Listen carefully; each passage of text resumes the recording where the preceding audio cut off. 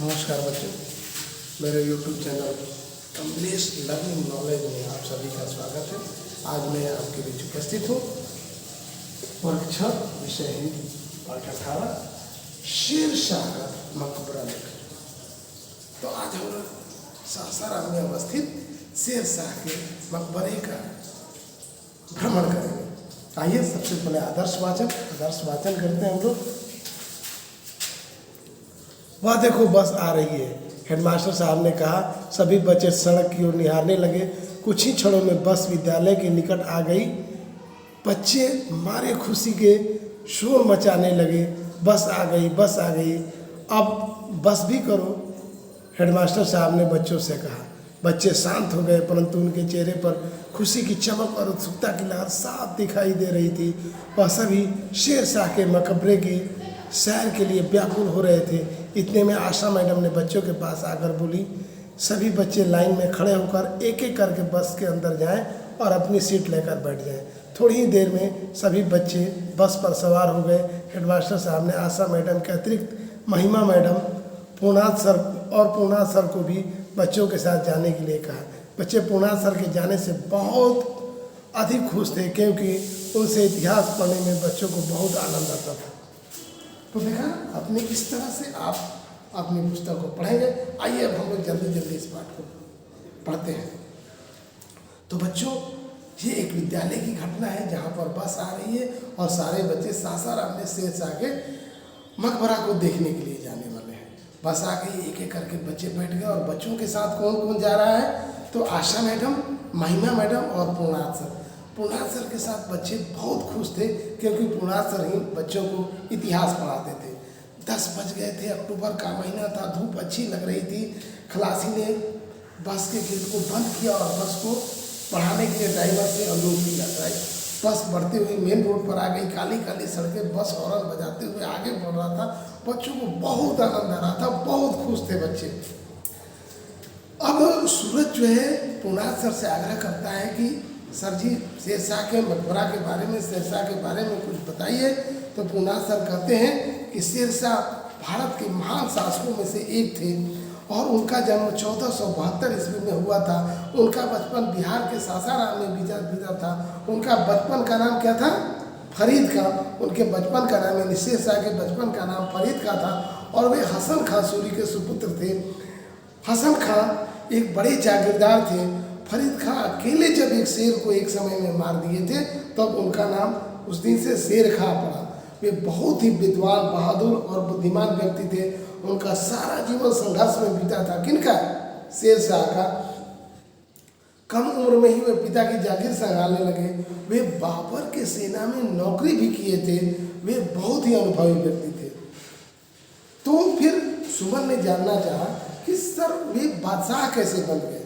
तो फिर पूर्णाथ सर ने बताया कि वह दिल्ली के बादशाह हुमायूं को एक युद्ध में पराजित कर दिए और वे बादशाह बन गए। तो फिर रामेश ने जानना चाहा कि जब शेर शाह ने हुमायूं को पराजित किया तो वे जवान रहे होंगे। तो सर ने बताया कि नहीं, वे जवान नहीं थे। जब शेर शाह ने हुमायूं को हराया तो शेर शाह की उम्र 68 वर्षों की थी, 68 वर्ष के थे। तो संजू ने जानना चाहा कि लड़ाई कब और कहाँ हुई। तो पूर्णाथ सर ने बताया कि 1540 ईस्वी में यह लड़ाई कन्नौज में हुई थी। नटखट राजू ने पूछा कि उनके पास तो बहुत सारा रुपया पैसा होगा। तो सर ने बताया कि शासक थे, उनके पास तो धन संपत्ति था ही, लेकिन वो सभी अपने धन संपत्ति को प्रजा की भलाई में लगा दिए। क्या क्या उन्होंने किया? तो सड़कें बनवाई, सड़क किनारे यात्रियों को ठहरने के लिए सराय बनवाई, जगह जगह कुएं खोदवाए, सड़कों के किनारे वृक्ष लगवाए, डाक और संचार व्यवस्था को दुरुस्त किया और विभिन्न क्षेत्रों में सुधार किया। यहाँ इतने अच्छे सुधार किए कि आने वाले शासक भी उनके इस सुधार को लागू किए। किसानों के लिए तो उन्होंने बहुत अच्छा काम किया और किसान को अपने फसलों के लिए ऋण बहुत अच्छे से मिल जाया करता था, इसलिए उन्हें न्यायप्रिय सम्राट भी कहते हैं। अब बस एक चौड़ी सड़क पर आ गई और वहाँ तो बताया सर ने, पूर्णाथ सर ने बताया कि यह ग्रैंड ट्रंक रोड है और इसे भी शेर शाह ने ही बनवाया था। ये उस समय कोलकाता से पेशावर तक जाती थी और इसी रास्ते में सासाराम पड़ता है। अब सड़क सासाराम, अब बस जो है सासाराम पहुंच गई। बच्चे उत्सुकता भरी नजरों से देखने लगे और शहर के सड़कों से होते हुए बस जो है एक बहुत बड़े तालाब के किनारे रुकी। आशा और महिमा मैडम ने बच्चों को आराम से उतर जाने के लिए कहा। जमाली ने कहा, बाप रे बाप, इतना सुंदर। सभी बच्चे भी सुंदरता देखकर चकित थे। शिक्षकों ने सभी को एक साथ जमा होने के लिए कहा और पुनाथ सर ने बताना शुरू किया, यह मकबरा पर जाने का मुख्य द्वार है। मकबरा के रास्ते को दिखाकर उन्होंने कहा। बच्चों को पानी के बीच भवन देखकर बड़ा ही आश्चर्य हो रहा था। बच्चों को जानने की इच्छा हुई कि यह भवन कब बनवाया गया। तो पुनाथ सर ने बताया 1545 ईस्वी में कालिंजर के किले की घेराबंदी करते समय शेरशाह का देहांत हो गया। और जब देहांत उनका हो गया, जब उनकी मृत्यु हो गई, तो उनके पुत्र और उत्तराधिकारी इस्लाम शाह सूरी ने मकबरे को बनवाया। मकबरे को बनवाने के लिए बहुत बड़ा तालाब खुदवाया गया ताकि मकबरा सुंदर दिखाई दे। और इसी तालाब के बीच में एक चौकोर चबूतरे पर मकबरे को बनवाया गया। सर ने बच्चों से जानना चाहा था, बताओ मकबरा किस चीज़ का बना हुआ है। सभी बच्चों ने एक स्वर में कहा कि मकबरा पत्थर का बना हुआ है। कितनी भुजाओं वाली है? 8 भुजाओं वाली है, सभी बच्चों ने कहा। और सर ने पूछा कितने मंजिल है, तो सभी बच्चों ने कहा 3 मंजिल का बना हुआ है। अब सर ने पूछा कि अच्छा ये बताओ इसकी ऊंचाई कितनी होगी, तो बच्चों ने कहा कि पता नहीं है सर, बहुत ऊंचा दिख रहा है। तो सर ने बताया कि इसकी ऊंचाई 45 मीटर है, 45 मीटर से भी ज़्यादा ऊंचा है। और इसका गुंबद देखो। और बच्चों आपको पता होना चाहिए कि इसका गुंबद ताजमहल के गुंबद से 13 फुट बड़ा है।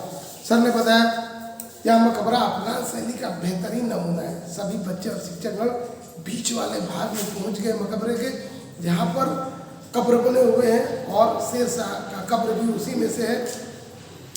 और सर ने बच्चों को बताया कि इस मकबरे में देखो, ये जो कब्र बने हुए हैं, तो जो बड़ा वाला कब्र है वह शेरशाह का कब्र है और बाकी उनके 24 साथियों का कब्र है।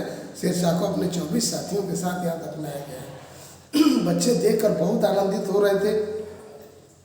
अब जैसे ही बाहर निकले, सीढ़ियाँ बनी हुई थी और वो सीढ़ियाँ तालाब में जाती थी।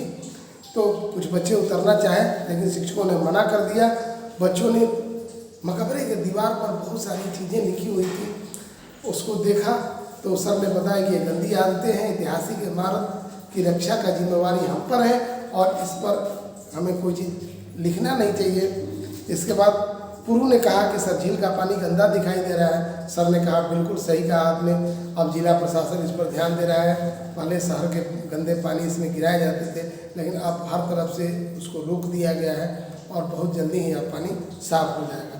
और सर ने ये भी बताया कि राज्य सरकार इस मकबरे के रखरखाव पर हर वर्ष लाखों रुपये खर्च करती है और इस मकबरे को ऐतिहासिक धरोहरों की सूची में शामिल कर लिया गया है। अब 2:30 बज चुके थे, बच्चों को भूख लगी हुई थी। बच्चों ने सभी बच्चों ने एक साथ खाना खाया, एक बार पुनः मकबरे को देखा और फिर वे बस में सवार होकर अपने स्कूल पर चले गए। तो कैसी लगी सैर? अच्छी लगी ना? तो आइए हम लोग इसके शब्दार्थ को देख लेते हैं। मकबरा का अर्थ होता है वह कब्र जिस पर इमारत या गुंबद हो। जागीर, पुरस्कार स्वरूप महाराजाओं राजाओं द्वारा दी गई जमीन। दफन, जमीन में गाड़ना, मृत शरीर को कब्र में दफनाना। ऐतिहासिक धरोहर, इतिहास संबंधी अमानत। उत्सुकता, प्रबल इच्छा। अब हम लोग इसके प्रश्नों पर जल्दी नजर डाल लेते हैं। पार्ट से के प्रश्न पर, शेरशाह ने जनहित के लिए कौन कौन से कार्य किए? तो शेरशाह ने जनहित के लिए सड़कें बनवाई, सड़कों के किनारे वृक्ष लगवाए, यात्रियों को ठहरने के लिए सराय बनवाए और जगह जगह कुएं खुदवाए। यही नहीं, डाक और संचार व्यवस्था को भी दुरुस्त किया। किसानों के करों को प्रासंगिक बनाया और फसलों के लिए किसानों को ऋण भी दिया जाने लगा। और इस प्रकार कुल मिलाकर उन्हें एक प्रजाप्रिय शासक कहा जाता था। दूसरा प्रश्न का उत्तर देखिए, शेरशाह के मकबरे की क्या विशेषता है? शेरशाह के मकबरे की विशेषता है कि वह एक अफगान शैली का बेहतरीन नमूना है। वह चारों तरफ तालाब के बीच में बना हुआ है, एक चौकोर चबूतरे पर बना हुआ है। वह अष्टभुजाकार है और देखने में अति सुंदर, काफ़ी सुंदर दिखाई देता है। तीसरा प्रश्न, शेरशाह का मकबरा, शेरशाह का बिहार से क्या संबंध था? बच्चों, शेरशाह का पूरा बचपन बिहार के सासाराम में बीता हुआ था। वे बिहार को बहुत करीब से देखे हुए थे और यही नहीं, उनके अधिकतर सैनिक जो थे वह बिहार के थे। तो शेरशाह का बिहार से बहुत ही घनिष्ठ संबंध था। आगे देखते हैं स्तंभ को और ख का मिलान करना है। शेरशाह का जन्म 1472 ईस्वी में हुआ था। इसे तो आप नोट ही कर लें। शेरशाह का जन्म कब हुआ था? तो स्तंभ क में शेरशाह का जन्म है, तो आप इधर लिख लेंगे 1472। क में क्या होगा? 1472। ख, ये क ख नहीं लिखा हुआ है, ये चौथा प्रश्न है। स्तंभ क और ख मिला के। शेरशाह के पिता का नाम क्या था? तो शेरशाह के पिता का नाम हसन खां सूरी था। क्या था? हसन खां सूरी।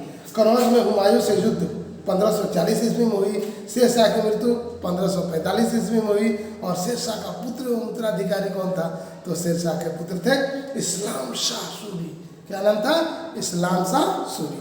अब रिक्त स्थानों को भरिए। ग्रैंड ट्रंक रोड तो कोलकाता से पेशावर तक जाती है, तो एक में कलकत्ता भराएगा, कोलकाता भराएगा, दूसरे में पेशावर। हुमायूं से युद्ध के समय शेरशाह की उम्र 68 वर्ष थी, तो इसमें 68 वर्ष भरा जाएगा। शेरशाह का मकबरा सासाराम में है। शेरशाह के बचपन का नाम फरीद खां था और यह मकबरा अफगान शैली का बेहतरीन नमूना है। तो क में कोलकाता पेशावर भराएगा, ख में 68, ग में सासाराम, घ में फरीद खां और अ में अफगान। तो इस प्रकार से इस प्रश्न को हम लोगों ने कर लिया। आगे के प्रश्न अब हम लोग देखते हैं। पाठ से आगे के प्रश्न है, और आपको कहीं का राजा बना दिया जाए तो आप आम जनता के लिए क्या करेंगे? तो भैया बहुत सारा काम है, आम जनता के लिए हमें करना है।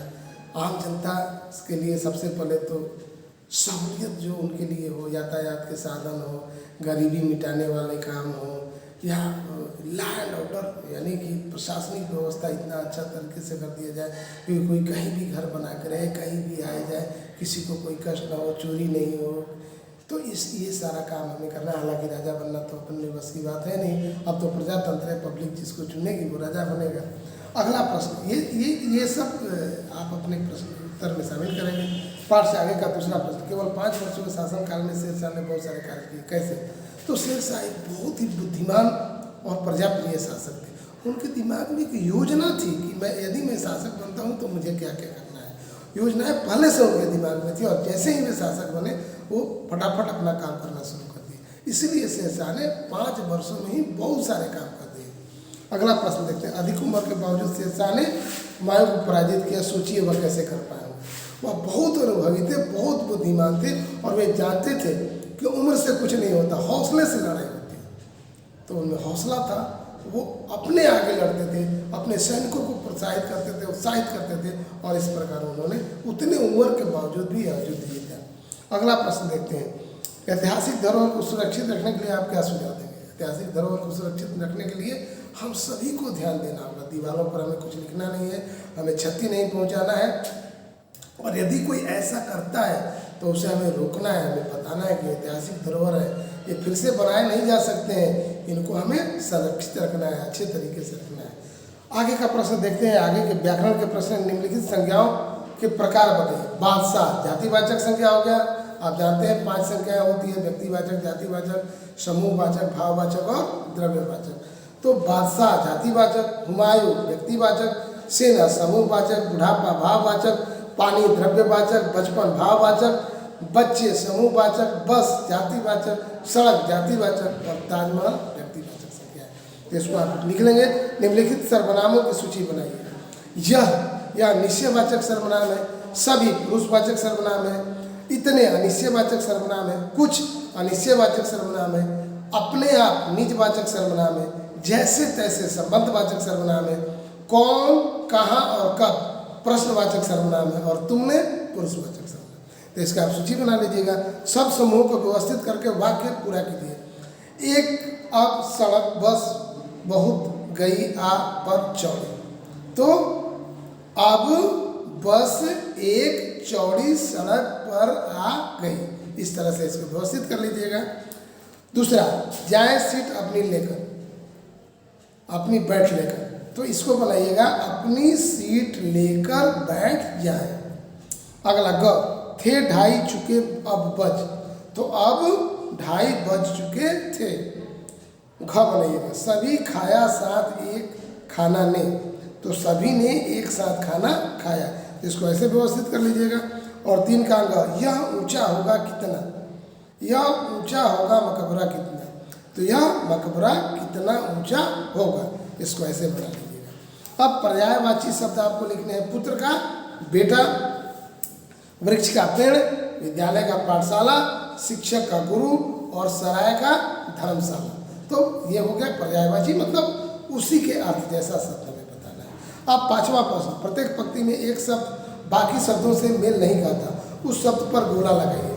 तो देखिए किस पर गोला लगेगा, 5 का क, कोलकाता, पेशावर, कनौज, सिपाही। तो कलकत्ता, पेशावर, कनौज ये स्थान के नाम है और सिपाही स्थान का नाम नहीं है, तो सिपाही पर आप गोला लगा दीजिएगा। उसी तरह ख में देखिए, शेरशाह, हुमायूं, बाबर, ये सभी मुगल बादशाह है। प्रधानाध्यापक इसमें अलग है, प्रधानाध्यापक पर गोला लगा दीजिएगा।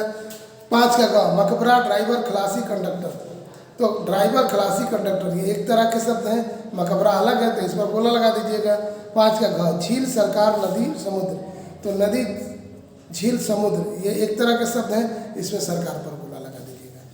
तो अब कुछ करने को मैं शेरशाह से संबंधित जानकारियाँ इकट्ठा करिए, एक आलेख तैयार करिए और अपने कक्षा में सुनाइए। तो बच्चों ये तो आप ही को करना पड़ेगा, तो शेरशाह से संबंधित जानकारी इकट्ठा कर लीजिए और उसको लिखकर अपने कक्षा में सुना दीजिए। हमारे देश में शेरशाह के मकबरे के अलावा किन किन बादशाहों के मकबरे हैं और कहाँ हैं, तो उसकी सूची बनाकर, जैसे कि हुमायूं का मकबरा है, जैसे कि अकबर का मकबरा है, तो ये पता कर लीजिए। जैसे कि ये ताजमहल है, ताजमहल किसका मकबरा है, तो ये सब पता करके आप एक सूची बना लीजिएगा, दिखाइएगा, अपने कक्षा में बताइएगा। अपने प्रधानाध्यापक से, तीसरा प्रश्न, अपने प्रधानाध्यापक या वर्ग शिक्षक से मिलकर किसी ऐतिहासिक स्थल को देखने का प्रोग्राम बनाइए। बहुत आनंद आएगा बच्चों, कोई प्रोग्राम बनाइएगा अपने प्रधानाध्यापक के साथ मिलकर किसी ऐतिहासिक स्थल को देखने का। तो चलिए इस वीडियो में इतना ही, बहुत जल्द मैं इस पुस्तक का अगला पाठ लेकर उपस्थित होता हूँ, तब तक के लिए नमस्कार।